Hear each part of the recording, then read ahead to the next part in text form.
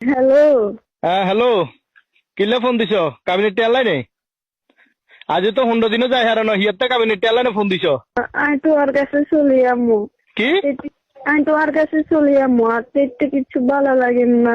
তো বালা লাগেন না চলি আইবা?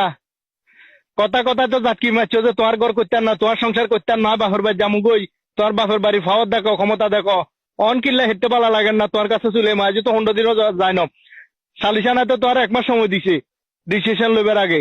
তোর মা তো আর ফোন দি কয়ে কাবিনেট টেয়ারেডে রাখতাম আগামী বৈঠক করলা বলি, আর হুমকিদের দমকিদের। আমি তো সেখানে নিজে তুমি কিছু কইনু, সেখানে মনে তুমি কোনো দিদিন আর মার কারণে খুশি। আর মা ঘরের থেকে আবিরা দিদিন হিয়ে করে। তোর মার কথা ধরি না, সংসার করতে আনো আর ভাত খাইতে আনো, হেগেন কই গেছো? আরে সালিশানে কই গেছো না? বৈঠক হয়েছে, বৈঠকে তো তুই তোর বক্তব্য লইছে, তুই নিজের মুখে কইছো না যে আয় ভাত খাইতাম ন, আয় যামু গই, আয় ঠেকতাম ন, কইছো না? কইছো নে? খুশি তো আর তো নিজে তুমি কোনো একটা হিয়ার কারণে খুশি। হিয়ে করছে তুই থাকিচ্ছে হাতের কাছে, হাতের ভাত খাইছে আসলে হাতের হিতে তুমি। কিল্লাই তোমার আরেক বেটার কাছে বিয়ে দিব কইলো না? আতুন বালা বেটার কাছে বিয়ে দিব কইছে, আতুন লই যে আরেক বেটার কাছে বিয়ে দিব, সাসিন্দি বালা বেটাতে বিয়ে দিব, তোরা কইলো না? অন কিল্লা তো অন কিল্লা আবার। হ্যাঁ আয় তো কইনু, আয় তো মনে তুমি কইনু কিন্তু আরে আয় তো এদিন আর মনের বিরুদ্ধে করছি, আর মা হিগে দিছে হিল্লাই। তো তোর মার কথা ধরি, তোর মার কথা ধরি এই সংসারে এই অবস্থা করলা, এই হাল করলা, সমাজের কাছে আরে কালার করলা, তিনবার বৈঠক গেছে, এঙ্গা বৈঠকে তোমার 1 মাস সময় দিছে, 1 মাস পরে ফাইনাল ডিসিশন হবো, তুই এর ভিতরে আয় আরো এগেন কর। হ্যাঁ মনে তুন কইনো তোর মার কথা ধরে কইছো, তোমার মার কথা ধরে কইছো বালা কথা রে, বুঝছি? তো তাইলে আর এই হাল কিল্লা করলা, আরো ছোট সমাজের কাছে কিল্লা ছোট করলা। এঙ্গা আমি এতে থাকতাম নয়, তোমার কাছে চলে যাবো। আয় আর বাপ মার গো আসল উদ্দেশ্য বুঝছি। হ্যাঁ তোর বাপ মার উদ্দেশ্য কি? তোমার তো কাবিনেটে এগুলো আনি, তুমি আমরা করেছি না দিয়ে হারিয়ে তাকে লাগছে না স্যার একজনের। তোমার কাবিনেটে এগুলো আনি কিনবো বলে।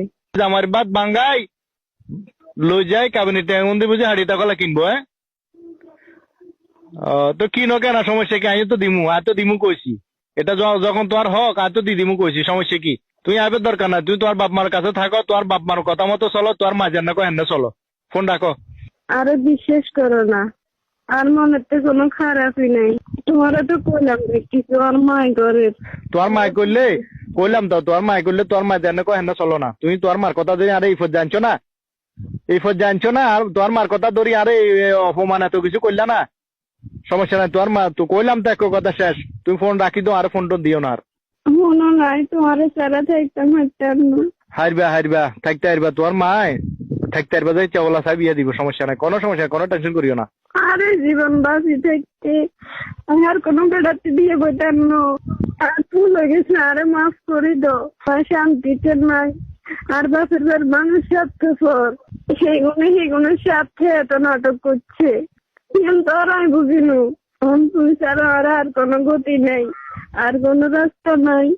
তুমি আর বাপের বাড়িতে লই যাও, আর কোনো বৈঠকের দরকার নাই।